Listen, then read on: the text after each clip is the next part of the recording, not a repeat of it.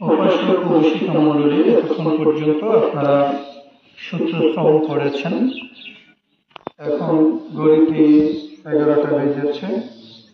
আমরা সমাধানের সময় অত্যন্ত সংক্ষিপ্ত হয়ে এসেছে। 11:30টার মধ্যে আমাদের সকল কার্যক্রম শেষ করতে হয়। তো আজকে আপনারা সবাই পরম জ্ঞাতি উপাসিকা লিপি বড়ুয়ার পারলৌকিক সদ্গতি কামনায় অষ্ট পুরস্কার দান, সঙ্গদান এবং জ্ঞাতিবোধন অনুষ্ঠানের যে ব্যবস্থাপনা করেছেন, উক্ত অনুষ্ঠানের মহামান্য গুণোত্তম ভিক্ষু সংঘ এবং উপাসক উপাসিকা মণ্ডলী। আসলে আমরা প্রতিনিয়ত বলি অমুক মরে গেছে, অমুক মরে গেছে, অমুক মরে গেছে। বুদ্ধ দর্শন অনুসারে যদি চিন্তা করি, আসলে যতক্ষণ পর্যন্ত সকল তৃষ্ণা ক্ষয় করতে না পারি, যতক্ষণ পর্যন্ত সকল প্রকার ক্ষয় করতে না পারি, যতক্ষণ পর্যন্ত বিমুক্তি অন্বেষণ করতে না পারি, ততক্ষণ পর্যন্ত পৃথিবীতে কেউ মৃত্যুবরণ করে না। যেমন আমাদের উপাসিকা লিপি বড়ুয়া, উনি মনুষ্যকুলে যখন এসেছেন, মৃত্যুকুলে যখন এসেছেন, এই মৃত্যুকুলে আসার আগে কোনো না কোনো 31 লোকভূমির কোনো না কোনো স্থানে, কোনো না কোনো একটা ভূমিতে ওনার জন্ম ছিল। বুদ্ধ যেটা বলেন, দুর্লভাংসা মানুষ জানান, অর্থাৎ মানব জীবন অত্যন্ত দুর্লভ, অত্যন্ত দুর্লভ। আমরা বলি না, কোন একটা মানুষ মরে গেলে যে অমুক মানুষটা মরে গেলে কথাগুলো একটু বেশি বলি, ঠিক না? মানে ওই একটা কথা আছে তো, জীবিতকালে যাকে দাওনি মালা, মরণে তাকে দাও কেন মালা, এরকম একটা কথা আছে। তা আমাদের সমাজে যে যাই কিছু করুক না কেন, ভালো করুক মন্দ করুক, আমরা মোটামুটি জীবিত অবস্থায় আমরা প্রশংসা করি না, কিন্তু মৃত্যুবরণ করলে কিন্তু আমরা যথার্থ প্রশংসা করি এবং বলি যে মানুষটি ধার্মিক ছিল, মানুষটি পুণ্যবান ছিল, মানুষটি ভালো মানুষ ছিল, এই কথাগুলি আমরা বলি। তো রিয়েল কথা হচ্ছে, মানুষ বুদ্ধের ভাষায় মানুষ সবগুলো কিন্তু ভালো, মানুষ সবগুলো কিন্তু ভালো। মানুষের নৈতিক চরিত্রের পরিবর্তন হয় মাত্র। যদি মানুষ ভালো না হয়, তাহলে মানুষ মানুষ হিসেবে জন্মগ্রহণ করত না। মানুষ হয়তো প্রেতকুলে যেত, তির্যকুলে যেত, অসুরকুলে যেত বা নিরয়কুলে যেত। মানুষ অতীত জন্মে অসংখ্য পুণ্য করেছে। আমি, আপনি, আমরা যারা আছি, আমরা কিন্তু অতীত জন্মের মধ্যে অসংখ্য পুণ্য করেছি। দুর্লভাংসা মানুষ নাই, কারণ মনুষ্য জন্ম দুর্লভ জন্ম লাভ করতে হলে জন্ম জন্মান্তরের অসংখ্য পুণ্যর পারমিতার প্রয়োজন হয়। জন্ম নেওয়ার পর মানুষ বিভিন্ন সংস্কারের কারণে কেউ ভালো হয়, কেউ খারাপ হয়, কেউ ধার্মিক হয়, কেউ অধার্মিক হয়। এগুলো কখন হয়? এগুলি মৃত্যুর পরে হয় না, জন্মের আগেও হয় না, জন্মের পর মনুষ্যকুলে আসার পর হয়। আমাদের শ্রদ্ধেয় বনবন্তের কথা আপনি শুনেছেন। বনবন্তে দেশনা সিরিজ 2য় খণ্ড, ডক্টর অরবিন্দ বড়ুয়া, ওখানে বনবন্তের দেশনার মধ্যে তিনি লিখেছেন যে সংস্কার এমন একটা জিনিস, মানুষ সংস্কারের কারণে মানুষের কর্ম সৃষ্টি হয়। কিসের কারণে? সংস্কারের কারণে মানুষের কর্মের সৃষ্টি হয়। সংস্কারটা কি? আমরা যাই কিছু করি তাই হচ্ছে সংস্কার। আমরা যাই কিছু করি তাই হচ্ছে সংস্কার। আমি শ্রীলঙ্কার মধ্যে দেখেছি, শ্রীলঙ্কার মধ্যে কি দেখেছি, যে একটা মা যখন তার শরীরে সন্তানের আগমন ঘটে, দেখুন খুব এটা গুরুত্বপূর্ণ একটা বিষয়, একটা মায়ের শরীরে যখন সন্তানের আগমন ঘটে, ওই মাকে সাধারণ মানুষ থেকে আলাদা করে ফেলে। কার থেকে আলাদা করে? সাধারণ মানুষ। কেন আলাদা করে?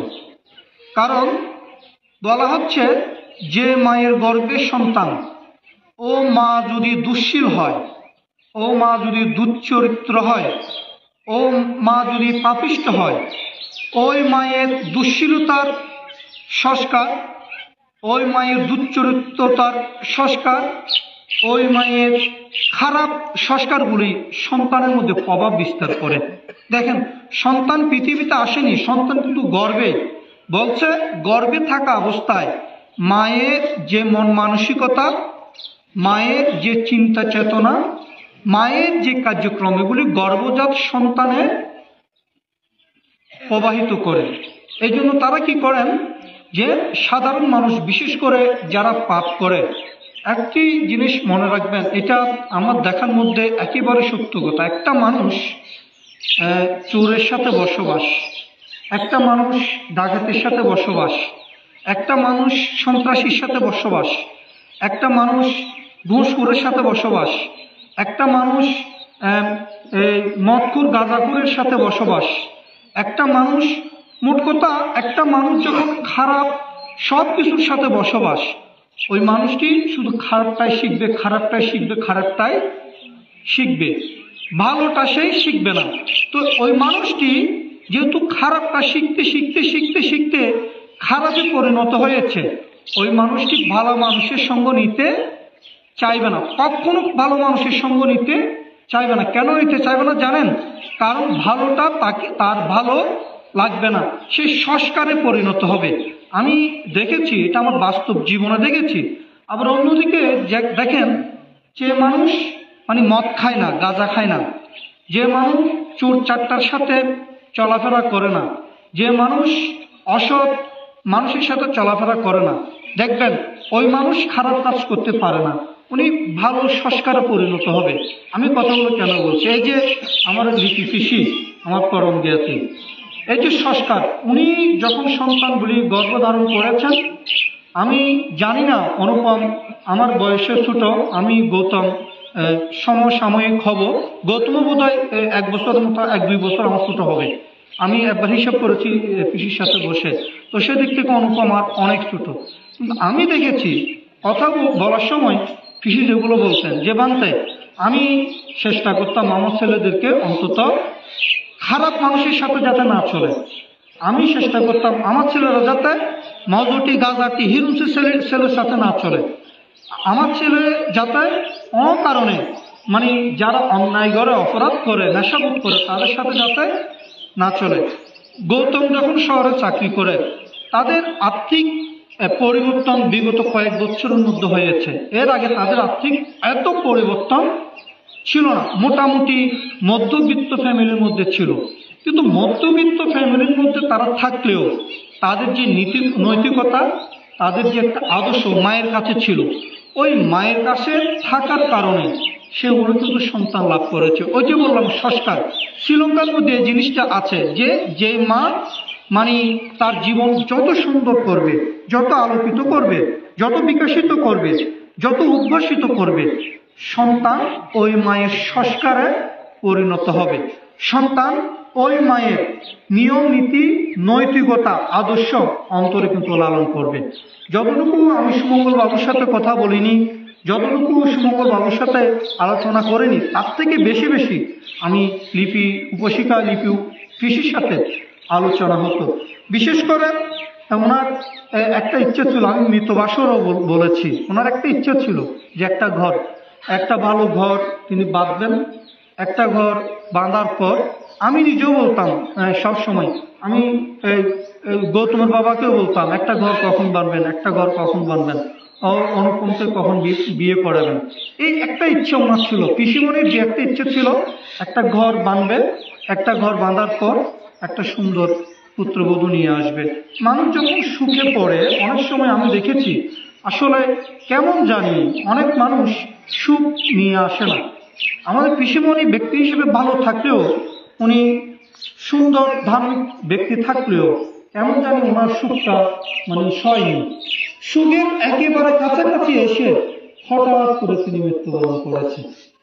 যখন গৌতমের বাবা করোনা আক্রান্ত হয়েছে কিংবা অপারেশন হয়েছে, তখন ওনার জন্য দুর্দিন ছিল, যেহেতু মানুষ তখন করোনায় মানে ভয় যে কখন কাকে নিয়ে যায়, কখন কার কি হয়, আতঙ্ক সৃষ্টি হতো।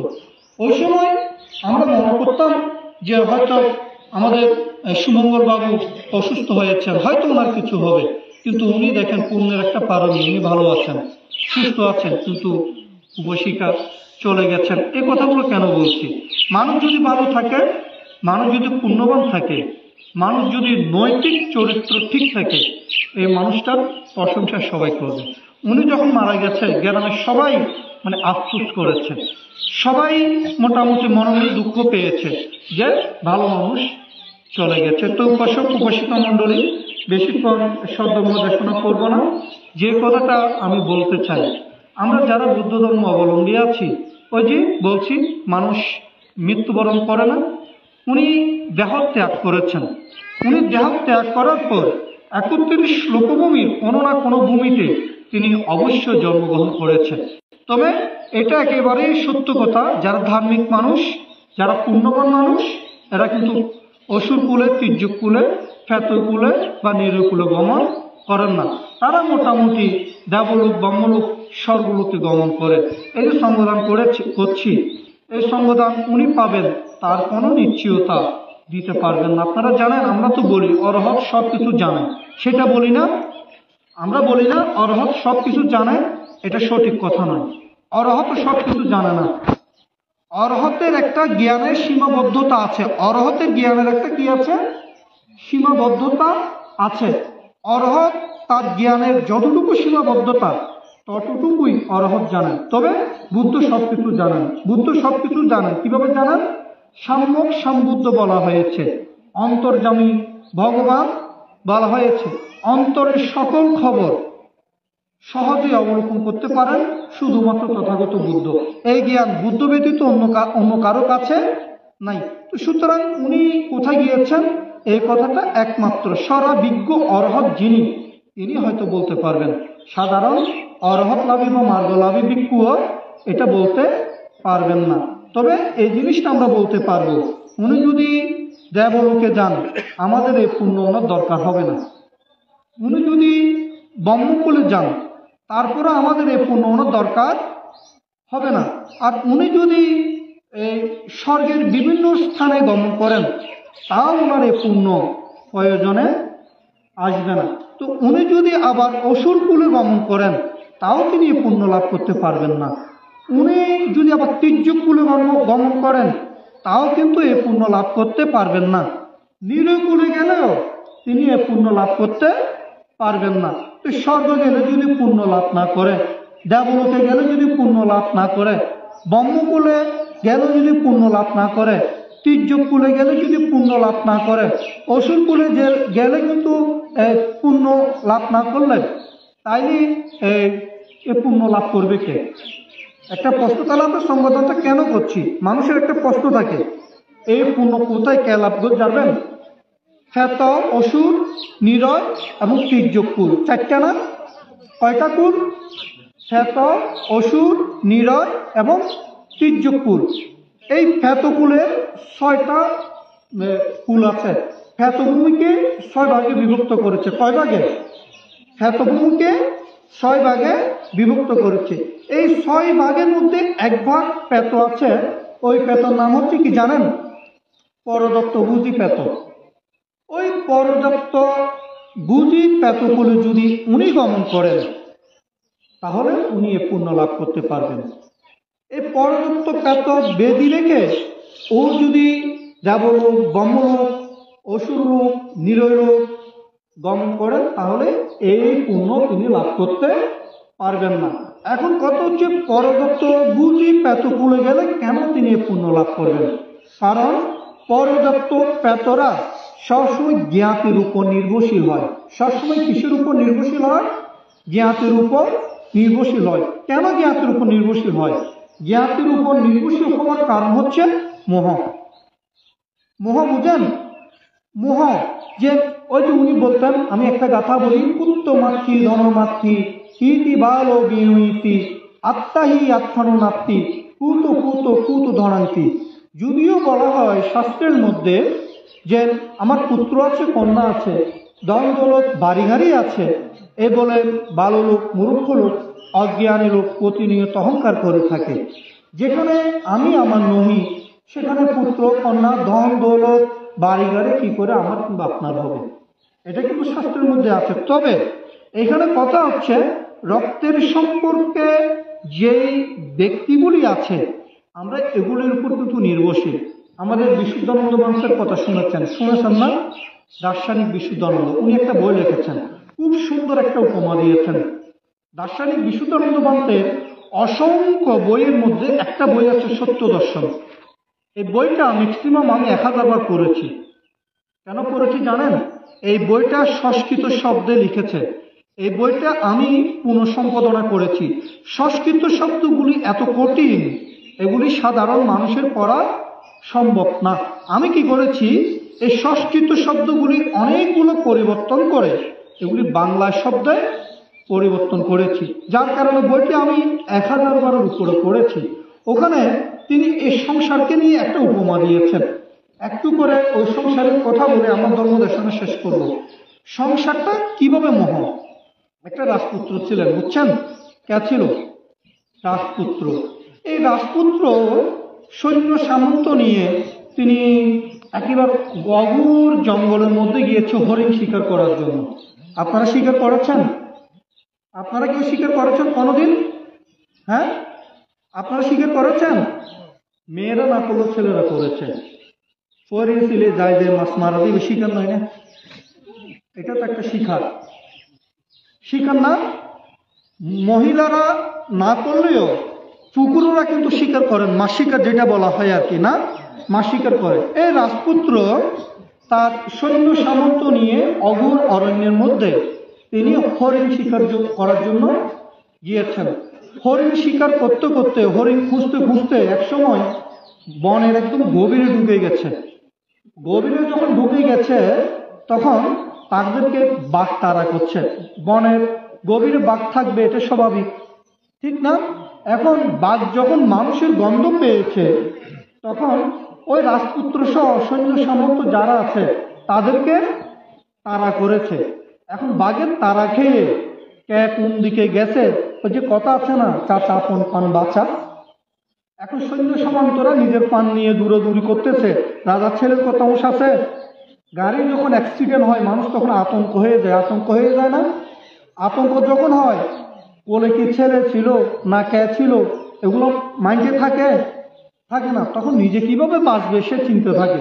ঠিক বাঘ যখন মানে তাড়া দিল তখন সৈন্য সামন্ত এক একজন এক এক দিকে মানে চলে গেল জীবন বাঁচানোর জন্য।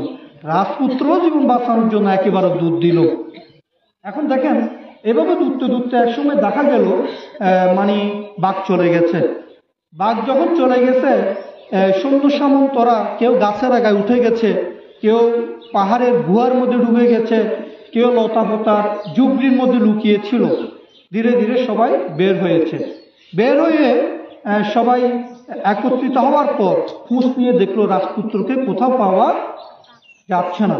সবাই আছে কিন্তু রাজপুত্র হারিয়ে গেছে। এখন সবার মনের মধ্যে ভয় ঢুকে গেছে, রাজপুত্রকে যদি বাঘ খেয়ে ফেলে তাহলে রাজপুত্র ছাড়া যদি আমরা রাজ্যে ফিরে যাই তাহলে নিশ্চিত রাজা আমাদের শিরচ্ছেদ করবে, নিশ্চিত রাজা আমাদের কি করবে, মৃত্যুদণ্ড দিবে, কোনো ভুল নাই, রাজা মেরেই ফেলবে।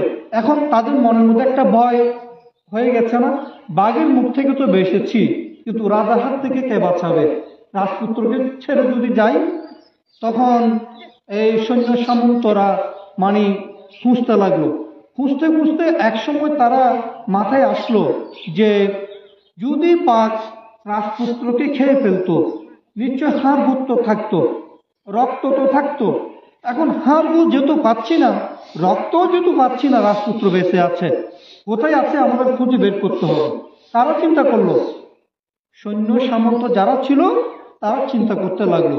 এখন তারা খুঁজতে খুঁজতে খুঁজতে খুঁজতে দেখলো যে রাজপুত্র একটা বিশাল গাছের সাথে অনেকগুলি লতা আছে, লতার মধ্যে পড়ে একদম ঝুলতেছে ঝুলতেছে।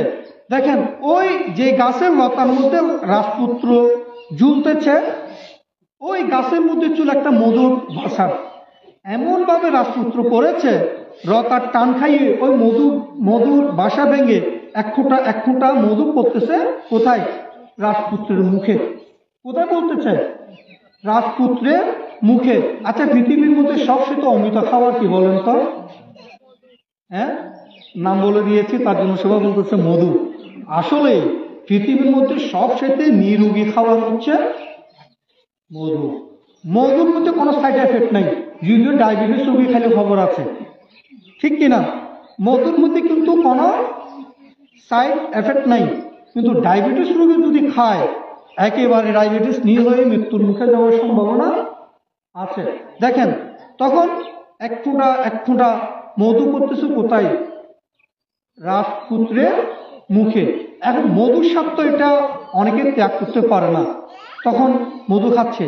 ওইদিকে সৈন্যরা খুঁজতে রাজপুত্রকে পেয়েছে। তখন রাজপুত্রকে যদি আনতে যায়, একেবারে লতা বতা ছিঁড়ে রাজপুত্র সহ গভীরে পড়ে যাবে।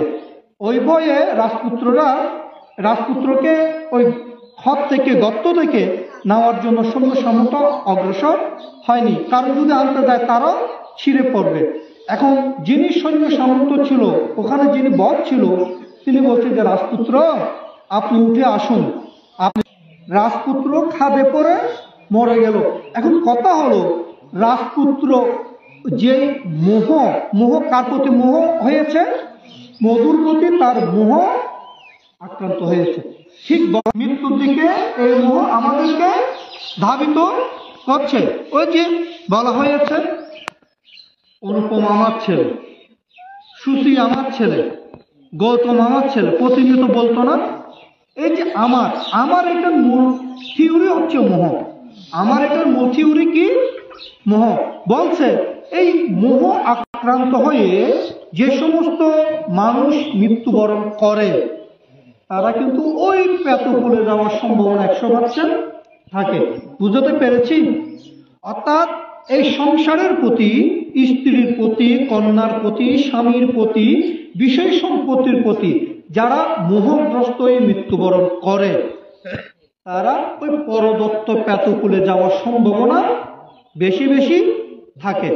ওই যাদের উপর মোহ আক্রান্ত হয়, আত্মীয়, পরম আত্মীয়, জ্ঞাতি, তারা যদি ওই পুণ্যতি, ওই পেতকুলে যিনি গিয়েছেন জ্ঞাতি, তাকে যদি দেওয়া হয়, তাহলে তিনি এই পুণ্য লাভ করতে সক্ষম হবেন। অন্যথায় তিনি অন্য কুলে গেলে এই পুণ্য লাভ করা কোনো কারণে সম্ভব নয়। তো উনি আসলে মানুষ যেহেতু ভালো ছিলেন, উনি পেতকুলে যাবেন সেটা আমরা কামনা করি না। অসুর কুলে যাবেন সেটাও কামনা করি না। তির্যক কুলে যাবেন সেটাও আমরা কামনা করি না। আমরা কামনা করব উনি যাতে ঊর্ধ্বগতি লাভ করেন। কোন গতি? ঊর্ধ্বগতি। ঊর্ধ্বগতিটা কি? দেবলোকে, ব্রহ্মলোকে, অরূপ ব্রহ্মলোকে, এভাবে স্বর্গের বিভিন্ন স্থাপনা আছে, ধাপ আছে, আছে না? একতলা বিল্ডিং এ উঠতে হলে আপনাকে অনেকগুলি সিঁড়ি অতিক্রম করে উঠতে হয় কিনা? ঠিক স্বর্গের অনেকগুলি স্থান রয়েছে, স্বর্গের অনেকগুলো বিভাগ রয়েছে। তো আমরা চাইব আমাদের পরম জ্ঞাতি উপশিকা লিপি বলুয়া যাতে তিনি স্বর্গে গমন করেন, যাতে তিনি দেবলোকে গমন করেন। এবং আমরা এখানে যারা আছি, আমরা কিন্তু চাইলেও সংসার মোহ থেকে নিজেকে দূরে রাখতে পারবো না। পারবেন? আপনারা পারবেন? স্বামী ছাড়া থাকতে, স্ত্রী ছাড়া থাকতে, সন্তান ছাড়া থাকতে পারবেন? ঘর ছাড়া থাকতে পারবেন? পারবেন। বনবাসী হতে হবে, নয়তোবা ভিক্ষু হতে হবে, নয়তোবা ভিক্ষুণী হতে হবে। এর বাইরে কোনো কারণে সংসার ছাড়া থাকা সম্ভব নয়। সংসারে যখন থাকবেন মনে করবেন মোহের মধ্যে ডুবে আছেন। কোথায় ডুবে আছেন? মোহের মধ্যে ডুবে আছেন। বুদ্ধ বলছেন এই সংসারের থেকেও নির্বৃত্তির কতগুলো পথ আছে। কিসের পথ আছে? নির্বৃত্তির পথ আছে। আমি যখন সংসারে আছি, সন্তানও আমাকে দেখতে হবে, স্বামীও আমাকে দেখতে হবে, বিষয় সম্পত্তিও আমাকে দেখতে হবে, সাথে সাথে আমাকে ধর্ম চর্চাও করতে হবে।